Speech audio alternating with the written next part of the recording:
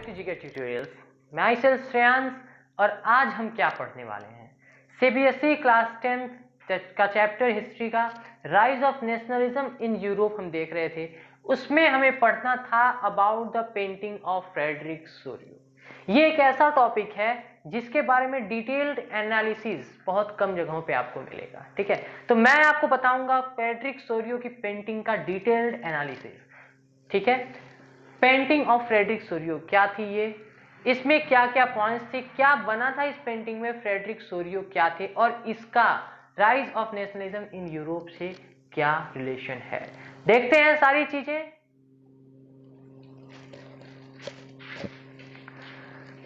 Okay, so this is all about our painting of Frederic Sorrieu. देखते हैं painting of Frederic Sorrieu में क्या था। Who was Frederic Sorrieu, first question.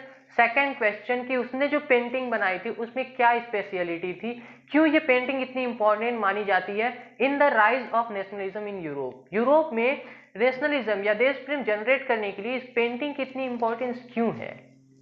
तो पहला जो क्वेश्चन है कि हु वॉज फ्रेडरिक सोरियो, ये एक नंबर का इंपॉर्टेंट क्वेश्चन है, अक्सर पूछा जाता है कि हु वॉज फ्रेडरिक सोरियो। तो Frederick Sorio was an French artist. ये कौन था, एक फ्रेंच आर्टिस्ट था। ठीक है, he has created a series of painting, एक पेंटिंग का उसने सीरीज बनाया था 4 पेंटिंग्स का।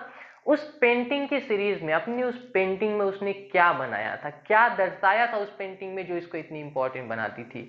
तो सीधा कह सकते हो कि उसने अपनी उस पेंटिंग में अपने सपनों का संसार बनाया था। He created a world of his dreams, अपने सपनों का संसार, जैसा वो दुनिया को देखना चाहता था, अपने लोकेलिटी को जिस तरीके से वो देखना चाहता था उस तरीके की कल्पना करके उसने अपनी पेंटिंग में उसको शो किया था। क्या शो किया था, कैसा वो देखना चाहता था, तो वो जिस तरीके का चाहता था वर्ल्ड को बनाना, वो एक उटोपियन थिंकिंग थी। उटोपियन थिंकिंग क्या होती है, स्पेलिंग उटोपियन की देख लो, UTOPIAN, उटोपियन। उटोपियन का मतलब क्या होता है, उटोपियन का मतलब सीधा कह सकते हो जो पॉसिबल न नजर आ रहा हो। जैसे एक तालाब की मछली ये सोचे कि हम कल आकाश में उड़ेंगे, थिंकिंग तो वो जनरेट कर ही सकती है, पर क्या ये पॉसिबल है, तो पॉसिबल नहीं है। ऐसी थिंकिंग जो पॉसिबल न नजर आ रही हो उसको उटोपियन बोलते हैं। फ्रेडरिक सोरियो ने जिस तरीके के वर्ल्ड की कल्पना की थी, जिस तरीके के लोकेलिटी की कल्पना की थी, अपनी पेंटिंग में जो शो किया था उसको उटोपियन बोला गया। क्यों बोला गया, क्योंकि वैसा हो पाना संभव नहीं था। क्या था, क्या ऐसा उसने शो कर दिया था जो संभव नहीं था। तो उसने अपनी पेंटिंग में एक आइडियल वर्ल्ड की कल्पना की थी। आइडियल वर्ल्ड मतलब कि एक ऐसी दुनिया जहां पे कोई रूलर ना हो, कोई किसी को कंट्रोल ना करे, सभी लोग इतने सेल्फ डिसिप्लिन हो कि उनको कंट्रोल करने के लिए उनके ऊपर किसी को होना जरूरी नहीं है। मीन्स वहां पे किसी रूलर का या किसी भी राजा वगैरह का कोई जरूरत ना पड़े, ऐसी सोसाइटी होना पॉसिबल था नहीं। तो इसलिए उनकी थिंकिंग को उटोपियन थिंकिंग का नाम दिया गया था। वो चाहते थे कि पूरे तरीके से सोसाइटी फ्री हो जाए। ठीक है, तो पहला पॉइंट कि हु वाज फ्रेडरिक सोरियो, तो he was a French artist. उन्होंने 1848 में एक सीरीज ऑफ पेंटिंग बनाई थी जिसमें उन्होंने अपने ड्रीम वर्ल्ड को शो किया था। उनका ड्रीम वर्ल्ड कैसा था, तो इट वाज ऑफ उटोपियन थिंकिंग। क्या था उसमें, तो देखो उसका मेन जो लाइन है, dreamed of a world wide democratic and social Republic. वो वर्ल्ड वाइड विश्व स्तरीय डेमोक्रेटिक और सोशल रिपब्लिक बनाना चाहते थे सोसाइटी को। अब देखो विश्व स्तरीय का मतलब, ये फ्रेंच आर्टिस्ट थे, लेकिन ये सिर्फ फ्रेंच की कल्पना नहीं कर रहे थे, ये पूरे वर्ल्ड की कल्पना करते, वर्ल्ड वाइड विश्व स्तरीय कह सकते हो। पूरे वर्ल्ड को ये डेमोक्रेटिक और सोशल रिपब्लिक बनाना चाहते थे, लोकतांत्रिक और सामाजिक। डेमोक्रेटिक और सोशल रिपब्लिक का मतलब लोकतांत्रिक और सामाजिक, पूरे वर्ल्ड को ये लोकतांत्रिक और सामाजिक बनाना चाहते थे। ठीक है, इनकी पेंटिंग को सीधा यही टाइटल दिया गया था कि dream of a world wide democratic and social Republic. ठीक है, सेकेंड पॉइंट देखते हैं कि what was the distinct feature of his painting. उनके जो पेंटिंग थे उसमें क्या डिस्टिंक्ट फीचर था, क्या इंपॉर्टेंट फीचर था। तो उसमें 3 चीजें थी, पहला मेन, दूसरा नेशन और तीसरा एलिगरीज। 3 चीजों का उन्होंने इस्तेमाल किया था। कुछ इंसान थे, ठीक है, ह्यूमन बींग्स थे जो मार्च करते नजर आ रहे थे। एक स्टैचू ऑफ लिबर्टी थी, एक स्टैचू थी जिसे स्टैचू ऑफ लिबर्टी के नाम से आज भी जाना जाता है। स्टैचू ऑफ लिबर्टी की तरफ कुछ लोग मार्च करते नजर आ रहे थे, जाते नजर आ रहे थे, पहला हो गया। दूसरा नेशन, कुछ के हाथों में अपने देश का झंडा था, फ्लैग ऑफ देयर नेशन, जो उनके नेशन को रिप्रेजेंट कर रहा था, ठीक है। थर्ड पॉइंट एलिगरीज, तो बहुत सारी ऐसी चीजें थी जो रूपक की तरह इस्तेमाल किया गया था, किसी पार्टिकुलर या स्पेशल चीज को रिप्रेजेंट करने के लिए, उसकी मीनिंग बताने के लिए उसको वहां पे इस्तेमाल किया गया था। क्या क्या एलिगरीज थी ये आगे देखेंगे चैप्टर में। फिलहाल इतना जानो कि 3 चीजें इंपॉर्टेंट या स्पेशल थी जो उस पूरी पेंटिंग को बहुत ही खास बनाती थी। क्या? पहला, यूज ऑफ मेन्स, बहुत ज्यादा आदमी और ह्यूमन बींग्स थे वहां पे। सेकेंड थिंग इज दैट कि उसमें कुछ कुछ नेशंस को भी रिप्रेजेंट किया गया था through their flags, national flags. और तीसरा कि एलिगरीज का बहुत अच्छा यूज किया गया था, ठीक है। थर्ड पॉइंट इज कि there is a statue of liberty with a torch of enlightenment in one hand and the charter of the right of man in other hand. Means एक हाथ में टॉर्च ऑफ एनलाइटमेंट है statue of liberty के, और दूसरे हाथ में एक चार्ट है जिसपे राइट्स ऑफ मैन का डिक्लेरेशन है। अब इसका क्या मतलब है? तो लाइट ऑफ एनलाइटमेंट, एनलाइटमेंट का मतलब होता है प्रकाशित करना, सीधा कह सकते हो सिंपल वर्ड्स में, ठीक है। लाइट ऑफ एनलाइटमेंट का मतलब कि स्टैच्यू ऑफ लिबर्टी अपने हाथ में एक टॉर्च ली हुई है, उस टॉर्च से वो लोगों को लिबर्टी का रास्ता दिखा रही है, मीन्स प्रकाशित कर रही है उनके रास्ते को, ठीक है। टॉर्च ऑफ एनलाइटमेंट का यही मतलब कह सकते हो कि स्टैच्यू ऑफ लिबर्टी उस टॉर्च ऑफ एनलाइटमेंट से लोगों को लिबर्टी का रास्ता दिखा रही है, फ्रीडम का रास्ता दिखा रही है, ठीक है। सेकेंड थिंग इज दैट कि the charter of right of man, ठीक है। 26 अगस्त 1789 को, 26 अगस्त 1789 को फ्रांस में declaration of rights of man हुआ था। फ्रेंच रिवॉल्यूशन में पढ़े होंगे, declaration of right of man. उसी चीज को ये पूरे वर्ल्ड में स्प्रेड करना चाहते थे, वो चाहते थे कि वर्ल्ड के हर नेशन में राइट्स ऑफ मैन डिक्लेयर हो, इसलिए एक हाथ में स्टैच्यू ऑफ लिबर्टी के राइट्स ऑफ मैन था, ठीक है। स्टैच्यू ऑफ लिबर्टी के हाथ में, एक हाथ में क्या था? टॉर्च ऑफ एनलाइटमेंट, जो फ्रीडम का या लिबर्टी का रास्ता लोगों को दिखाए थे, और दूसरे हाथ में था rights of man, declaration of rights of man, charter of declaration of rights of man, ठीक है। Now the third point is that it shows the people of Europe and America marching in a long train offering a homage to the statue, means कि Africa और Europe के लोग statue of liberty की तरफ बढ़ रहे हैं एक लंबी कतार में। ट्रेन्स का मतलब यहाँ पे कतार कह सकते हो, एक लंबे क्वीन में, लाइन में लोग आगे बढ़ रहे हैं, मार्च कर रहे हैं towards the statue of liberty, और स्टैच्यू ऑफ लिबर्टी पे पहुंच के उसे होमेज दे रहे हैं, श्रद्धांजलि अर्पित कर रहे हैं, ठीक है। गिविंग होमेज या ऑफरिंग होमेज का मतलब होता है श्रद्धांजलि अर्पित करना, ठीक है। तो क्या पॉइंट है कि इसमें यूरोप और अमेरिका के लोग स्टैच्यू ऑफ लिबर्टी की तरफ बढ़ रहे हैं और आगे जाके स्टैच्यू ऑफ लिबर्टी तक पहुंच के उसे श्रद्धांजलि अर्पित कर रहे हैं। ये पॉइंट था, उसमें शो किया गया था उनकी पेंटिंग में। अब यहां से ये जो पॉइंट आप पढ़ रहे हो, ठीक है, ये सारी चीजें आपकी उनके पेंटिंग में था क्या, ये है। यहां तक तो आपका बेसिक था कि क्या उसकी स्पेशल फीचर्स थे। यहाँ पे है कि क्या उन्होंने बनाया था। तो पहला हो गया कि स्टैच्यू ऑफ लिबर्टी थी जिसके एक हाथ में टॉर्च ऑफ एनलाइटमेंट और दूसरे हाथ में चार्टर था। दूसरा पॉइंट हो गया कि इसमें एक ट्रेन में, एक लंबी क्वीन में कुछ लोग स्टैच्यू ऑफ लिबर्टी की तरफ जाते दिख रहे हैं, जो स्टैच्यू ऑफ लिबर्टी पे पहुंच के उन्हें होमेज ऑफर कर रहे हैं, श्रद्धांजलि अर्पित कर रहे हैं, ठीक है।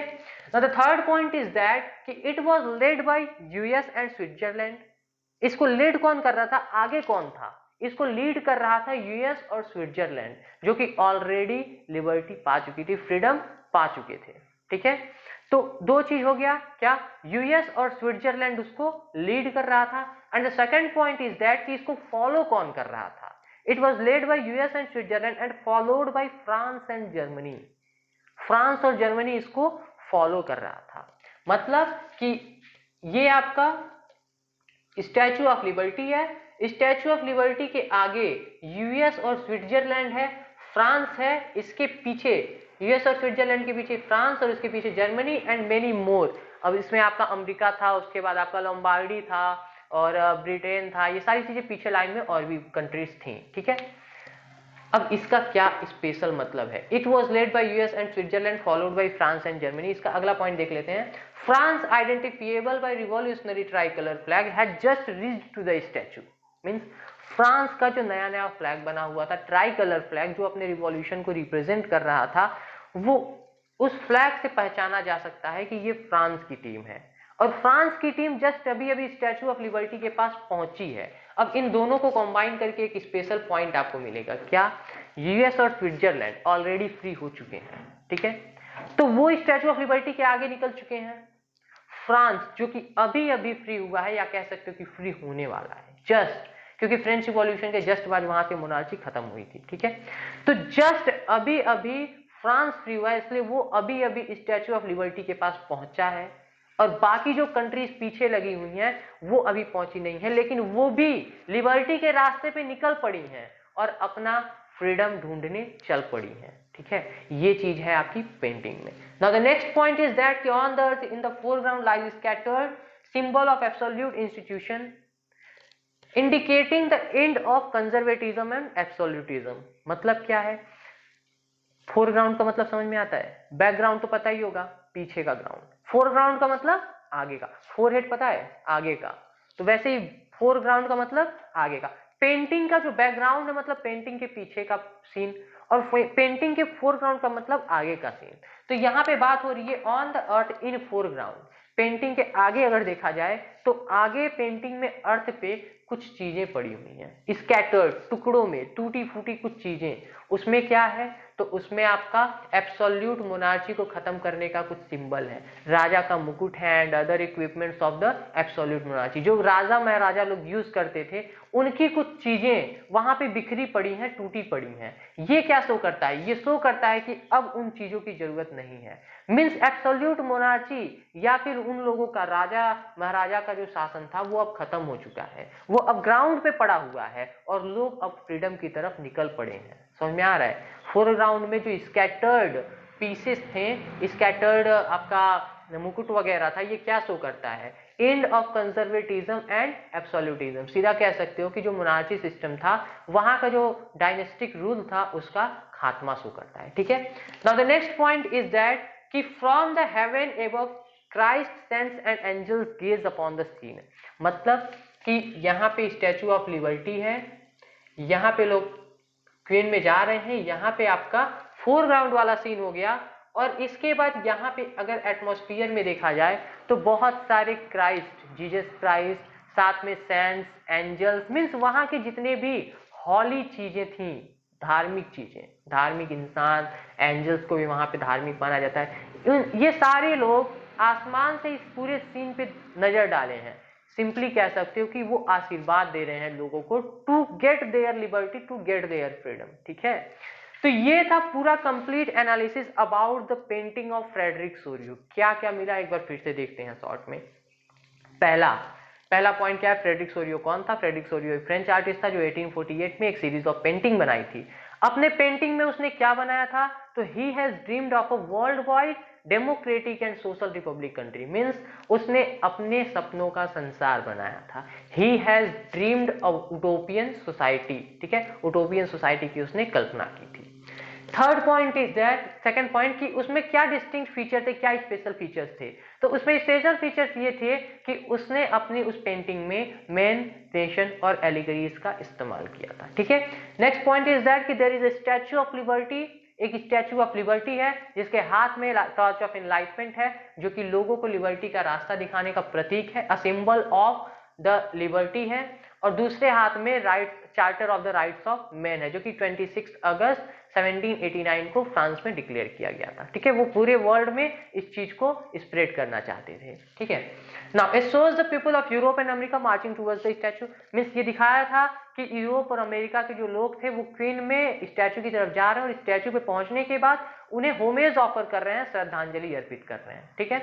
Next point is that it was led by US and Switzerland, it was led by US and Switzerland and followed by France, Germany and many more। मतलब कि यूएस और स्विट्जरलैंड इसे लीड कर रहा है और पीछे इसके फ्रांस, जर्मनी और अदर कंट्रीज भी हैं। नेक्स्ट पॉइंट इज कि अपने रिवॉल्यूशनरी ट्राई फ्लैग से फ्रांस को पहचाना जा सकता है, और ये देखा जा सकता है कि फ्रांस जस्ट अभी स्टैच्यू के पास पहुंची है। इसका क्या मतलब है?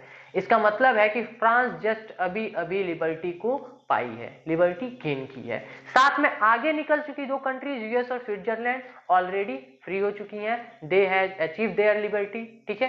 Next point is on the earth in the foreground has scattered pieces, scattered कुछ पीसेस हैं जो क्या शो कर रहे हैं? They shows the end of conservatism and absolutism. Clear है? लास्ट पॉइंट इज दैट कि from the heaven angels, priest, Christ are gazing upon the scene, उस सीन पे नजर बैठाए हुए हैं। इसका क्या मतलब है कि they all are getting the blessings of those holy spirits, ठीक है, उस पूज्य आत्मा या फिर कह सकते हो कि अपनी देवी देवताओं के आशीर्वाद उन सबको मिल रहे हैं, इसलिए वो सारे जो भी हॉली स्पिरिट है वो एटमॉस्फेयर में या सराउंडिंग्स में ऊपर से देख रहे हैं, ठीक है। तो this was all about the paintings of Frederic Sorio, और इससे उन लोगों को एक मैसेज मिला, वहां के लोगों के अंदर नेशनलिज्म की फीलिंग जनरेट हुई, उन लोगों को समझ में आया कि नहीं ऐसी सोसाइटी होनी चाहिए, एब्सोल्यूट मोनार्ची खत्म होना चाहिए, लोगों को लिबर्टी मिलनी चाहिए, ठीक है। तो this was all about this lecture, इसमें हम सिर्फ फ्रेडरिक सोरियो की बात करेंगे। अब अगले टॉपिक में हम बाकी कॉजेस के बारे में पढ़ेंगे, ठीक है। तब तक के लिए गुड बाय, थैंक यू।